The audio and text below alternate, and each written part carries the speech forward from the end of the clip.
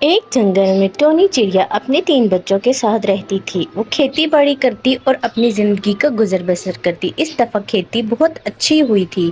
Tony چڑیا کی بھی کھیتی بہت اچھی ہوئی، لیکن باڑ نے آ کے اس کا سارا کام خراب کر دیا۔ کالو کوا دیکھتا ہے کہ اس کی ساری سبزی پانی میں بہہ کر چلی گئی۔ وہ آ کے اپنی بیوی کو یہ بتاتا ہے۔ ٹونی چڑیا بہت اداس ہوتی ہے اور اس کو کہتی ہے بچوں نے کچھ بھی نہیں کھایا، ان کے کھانے کا انتظام کرو۔ کالو کوا گھر سے باہر نکلتا ہے اور دیکھتا ہے کہ ایک سادھو کے پاس ایک بہت بڑا ناگ بیٹھا ہوا ہے۔ وہ اسے مارتا ہے اور سادھو اسے انعام کے طور پر ایک نوٹ دیتا ہے۔